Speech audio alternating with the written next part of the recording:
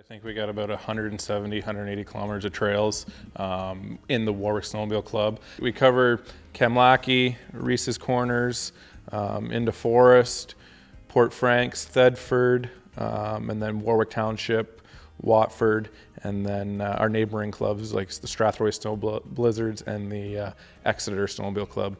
They pick up beside us. In our club, we have about 300, 350 landowners.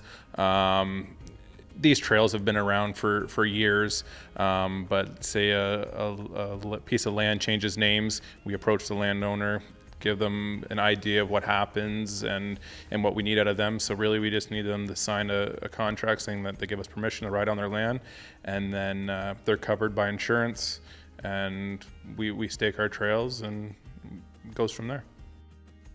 We have our groomer operators that go out and make sure the trails are ready, meaning stakes are up properly, there's no trees across the trail, and they like to start with at least a 6-inch solid base before they'll open anything.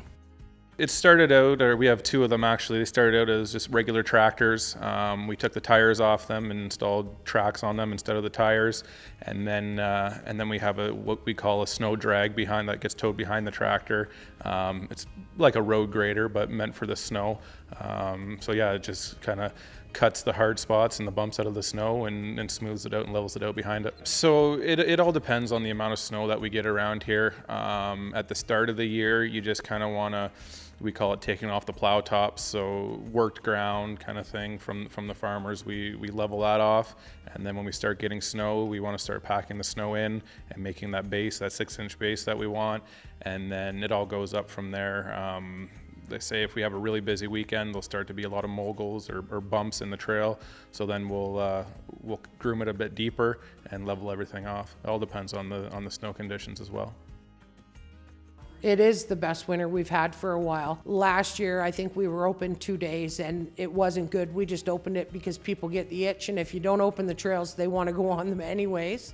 And then before that, I think it had to be 7 years that we had, you know, like a 5-day stretch.